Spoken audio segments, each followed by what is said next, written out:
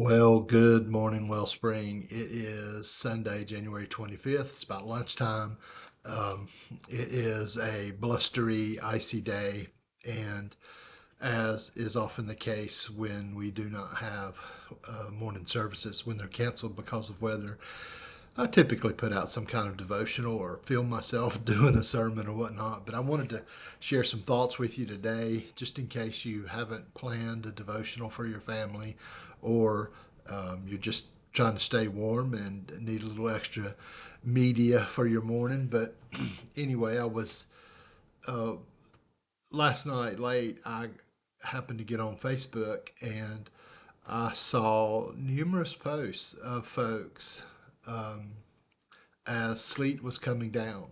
People asking, where can I find kerosene?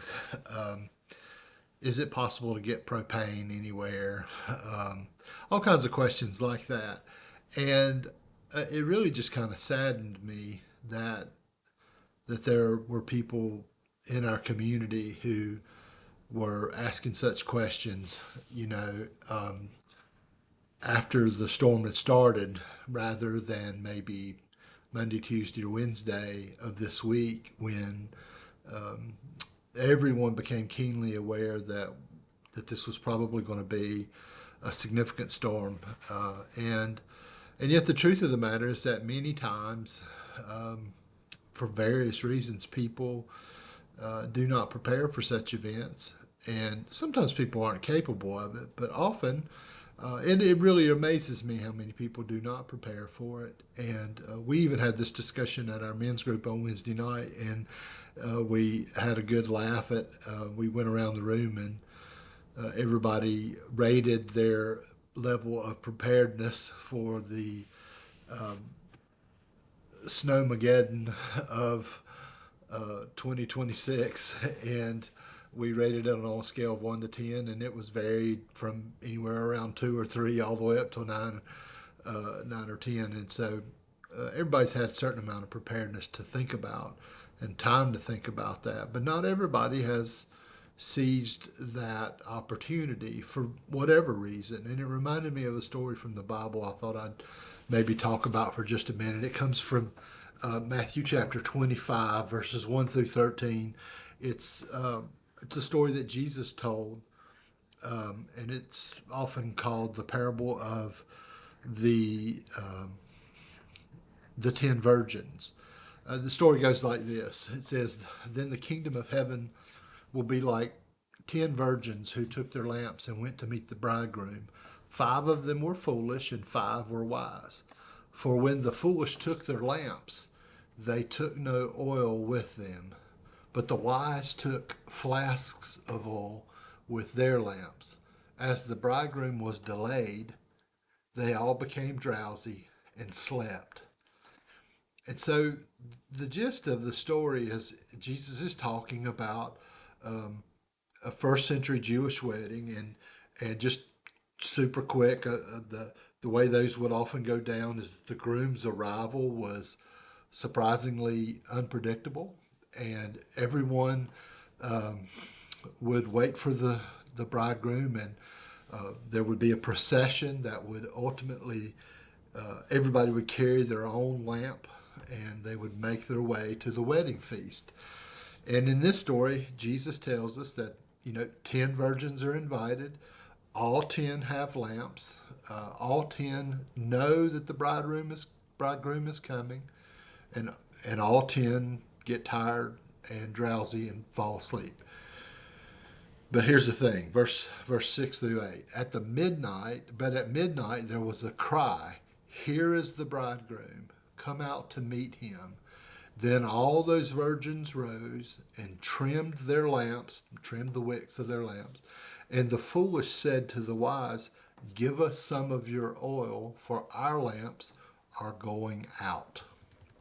The wise 5 had thought carefully about the events to come, and they knew that the oil in their lamps was not enough. The foolish, however, the 5 foolish ones are unprepared. They've lived carelessly. They've been reckless and irresponsible. We don't really know why. Maybe they were lazy, maybe they were distracted. We don't know. All we know is that they have not carefully considered the events to come and prepared accordingly for whatever reason. So verse 9 goes into it a little bit more. It says, "But the wise answered, saying, Since there will not be enough for us and for you, go rather to the dealers and buy for yourselves." So the five who had enough said, we just have enough for ourselves, so go buy some. Go to the store. Go get some oil. Verse 10 says, "And while they were going to buy, the bridegroom came. And those who were ready went in with him to the marriage feast, and the door was shut." Afterwards, it says, "The other virgins came also, saying, Lord, Lord, open to us. But he answered, Truly I say to you, I do not know you." Now imagine when those five foolish virgins showed up, they probably looked just like the other five, right? They were carrying their lamps and they were dressed and ready to go, it would seem. But real preparedness, true preparedness, isn't about the way things look. It's not about appearances.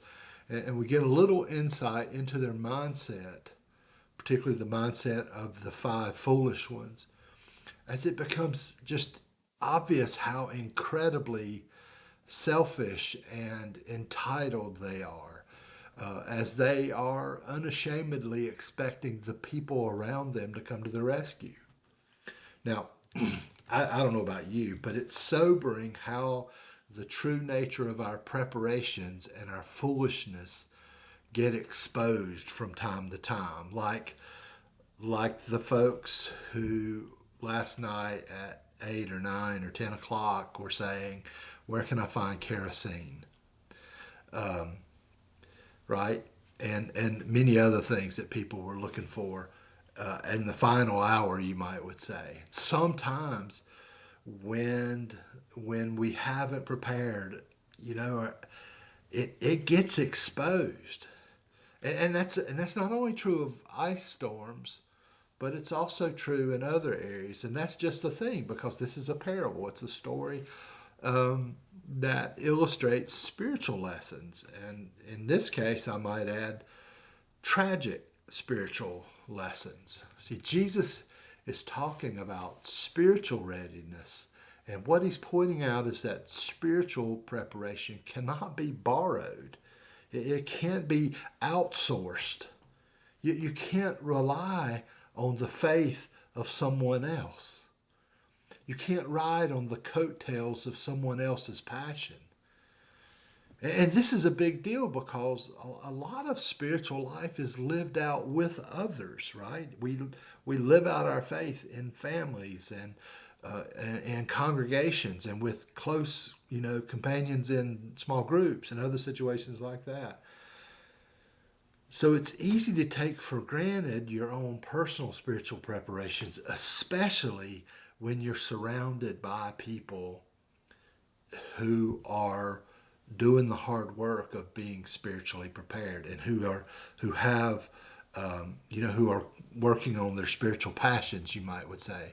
But here's what I really want you to see in this thing. This is a really interesting point about it. It surprises me a little bit. But it's this simple thing that their preparedness, these 10 virgins, their preparedness is actually a reflection of their relationship. That's what Jesus basically said, is that when the five foolish virgins return, right, the foolish ones, they ask the bridegroom, that they missed his return basically, but when they get back from the store, they ask the bridegroom to let them in, but he doesn't point out their preparedness as the main problem. He refuses to let them in because he doesn't know them, right? Don't miss that. Their lack of preparedness reveals their lack of devotion to him. What he's saying is like, your lack of preparedness reveals that you care about you. You are concerned about you, about your agenda, about all these other things. You love you. Not me, you. In other words, spiritual preparedness is personal. It's about your devotion to Him. It's about your commitment to the disciplines that shape and prepare you. And no one can give you their faith in Christ. Parents can't give their faith to their children. Pastors can't give their faith to their congregation, right? It's about your devotion to Him. It's about your commitment to the disciplines that shape and prepare you daily. No one can give you their faith in Christ. Readiness is active. Readiness is a lifestyle. And I just want to ask you this morning, what is your O level like? Because is the light on the dashboard of your faith, is there a warning light on, O level low? Right? Is your lamp full? See, when it comes to being spiritually prepared, we need to ask, am I distracted or am I disciplined? Because the wise life is a prepared life. And Jesus leaves us with this sober word, watch therefore. Verse 13, watch therefore, for you know neither the day nor the hour. Friends, I just want to encourage you on a day like today. We had lots of warning. We knew originally, of course, they said this thing was going to start at Saturday at lunch, and now we know that it started Saturday night, and it has not been 21 inches of snow as some had said. It is just a little bit of ice and snow mix, but it is enough that I'm praying that you're prepared for it. But more importantly, on this Sabbath day, on this day when normally we're meeting and worshiping, I pray that you're prepared, because the bridegroom is coming for his bride. Will you be ready? Will he find you prepared and ready to go with him? Will he find you with your lamp full? It's a good word for us today. I pray that you are warm, that you stay warm, that your power stays on, that the weather doesn't turn out to be worse than it already is, although they are calling for more today and this evening. So we're likely to have some more accumulations. But more than that, I want to encourage you to take some time to think about your faith, your preparedness, your readiness for the return of the bridegroom, the return of Christ. Are you ready for that? For he is coming, and we don't know the day nor the hour. Therefore, we must be ready and watching. I pray the Lord finds you ready and watching upon his return. Blessings to you all this day. Stay warm, stay dry, stay with your bellies full, and look forward to seeing you real soon again at Wellspring. Take care of yourself. Bye-bye.